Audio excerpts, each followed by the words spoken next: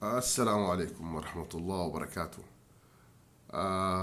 Yau muna so za mu yi magana ne akan abin da ya shafi siyasa a Najeriya.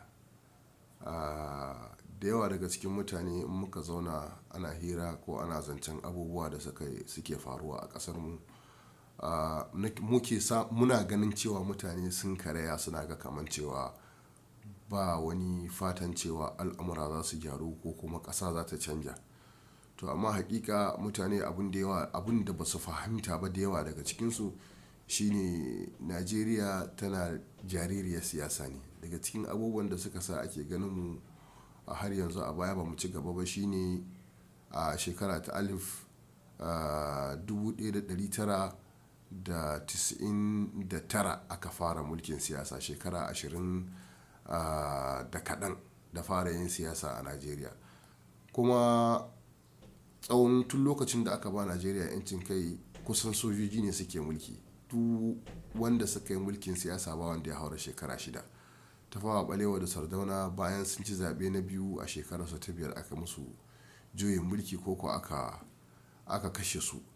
Sai kuma Shagari bayan ya ci zaɓe na biyu shi ma aka yi masa juyin mulki ya koma hannun soja. Sai da soja shekara kusan 10 yana mulki, sannan mulki ya sake koma hannun Shonukan, ya kuma yi wata 6 sannan mulki ya sake komawa hannun soja.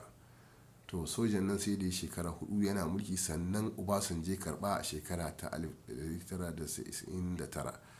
Abin da na sa na yi wannan dogon bayani shine nuna wa mutane cewa mulkin soja mulki ne wanda yake a kulle a ɗaki. Babu wani wanda yake yi ko ya iya ko kuma zai iya kawo wani ci gaba abin da su suke so.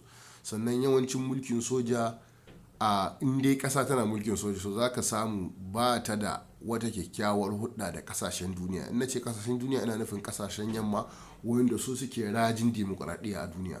To idan ka duba za ka ga cewa daga shekara 1999 duk da cewa yawancin shugabanni da suka mulki Najeriya kawo yanzu yawancinsu lalatattu ne, ba su aikata kataɓus ba su yi wani abin kirki ba a mulkin da suka yi. To amma idan ka auna da lokacin da aka yi soja da kuma inda muka kawo yanzu za ka ga akwai ci gaba da dama da aka samu a ƙasar, ta kuma canji na mamaki wanda wasu jihohin akwai garuruwan da na sani da titi ɗaya ne ma. A wasu jihohin titi ɗaya ne wanda za ka je yanka gari za ka shiga da shi ka fita daga shi. Amma yanzu an samu tituna, mutane sukan iya ɓata, an gina asibitittuka, an gina jami'o'i, an gina abubuwa da yawa. To daga cikin abubuwan da ya sa ake ga abun yana tafiya a hankali, wa'innan sojoji wa'inda suka yi mulki a zamanin da su 'yan gurguzu su ne suke mulki har yanzu. Har yanzu sabon jini bai karɓi mulki ba. Obasanjo ya shekara 8 ya ba 'yar aduwa Allah ya ɗauki ransa, Jonathan ya karɓa a matsayin shi na ɗanyi. Ya gama shekara 6 shi mulki ya sake komawa hannun tsohon soja wanda shi ne Janar Muhammadu Buhari. Idan ka duba za ka ga cewa yawancin wa'inda suke mulki da wa'inda suke jikin makusatan da suke mulki yawancinsu tsoffin sojoji ne ko aminan sojoji ne wa'inda suka yi mulki da zamanin mulkin kama karya. To saboda haka bayan da za a yi a samu canjin da mutane suke zato sai mun jirawo Allah ya raba wannan tsofan generation ko wa'innan tsoffin 'yan gurguzu ɗin da kuma wannan sabbin jini wa'inda suke tasowa 'yan shekara 40 abin da ya yi ƙasa.